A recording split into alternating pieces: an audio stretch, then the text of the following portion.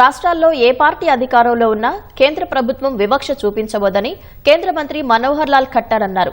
కరీంనగర్లో పర్యటించిన ఖట్టర్ కేంద్ర మంత్రి బండి సంజయ్, రాష్ట్ర మంత్రులు పొన్నం ప్రభాకర్, పొంగులేటి శ్రీనివాసరెడ్డితో కలిసి 18 కోట్లతో చేపట్టిన మంచినీటి పథకం సహా multipurpose park, sports complex, smart school పనులను ప్రారంభించారు. మూసీ ప్రక్షాళన, మెట్రో విస్తరణ, ఇందిరమ్మ ఇళ్లకు సహకరించాలని గృహ నిర్మాణ శాఖ మంత్రి పొంగులేటి శ్రీనివాసరెడ్డి మనోహర్ లాల్ ఖట్టర్ కు విజ్ఞప్తి చేశారు. కేంద్రం నుంచి రావాల్సిన నిధుల కోసం సీఎం రేవంత్ రెడ్డి చేస్తున్న కృషికి సహకరించాలని మంత్రి పొన్నం ప్రభాకర్ కోరారు. మంత్రుల విజ్ఞప్తులను తప్పక నెరవేరుస్తామని ఖట్టర్ వారికి హామీ ఇచ్చారు.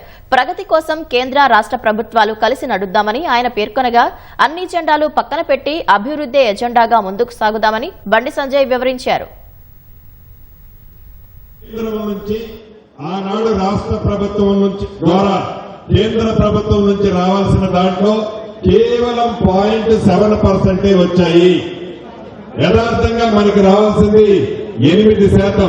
అంటే ఆనాటి ప్రభుత్వం, ఇది విమర్శ కాదు, మనకి రావాల్సిన దాంట్లో, తెచ్చుకోవాల్సిన దాంట్లో మనము తెచ్చుకోలేకపోయామన్నది ముమ్మాటికి నిజం. ఈ ఎలక్షన్ కొత్తగా జరిగే దాంట్లో తప్పకుండా గౌరవ మంత్రివర్యులు 8%ని అప్పట్లో ఇల్లు ఇప్పించాలని రాష్ట్ర ప్రభుత్వ పక్షాన, నా పక్షాన మనస్ఫూర్తిగా అభ్యర్థిస్తున్నా. నాకు పూర్ణమడగలు పోయిన నీళ్లు, గ్యాప్స్ ఏం లేవు. నాకు కమలాగడం గ్యాప్స్ ఏం లేవు. ఇక కొంచెం ప్రభాకరం, కమలాకరం అది కూడా పోతుంది సార్, ఉండదు.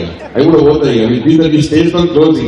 ఇవాళ ఈ వేదిక చూసాక మా సీనియర్ పరిశ్రమ ఖమ్మంలో పోతే ఊకే కొట్టుకుంటారా, ఏడిపోయినా లొల్లెత్తుంది. కరీంనగర్ అందరు నవ్వుకుంటే ప్రశాంతంగా అందరు కలిసి ఉన్నారు అంటే అభివృద్ధికి ఇదొక ప్రధాన ఉదాహరణ. కరీంనగర్ స్మార్ట్ సిటీ విషయంలో అందరూ కలిసి ఉన్నది ఒక మంచి సంకేతం పోయింది వాళ్ళు.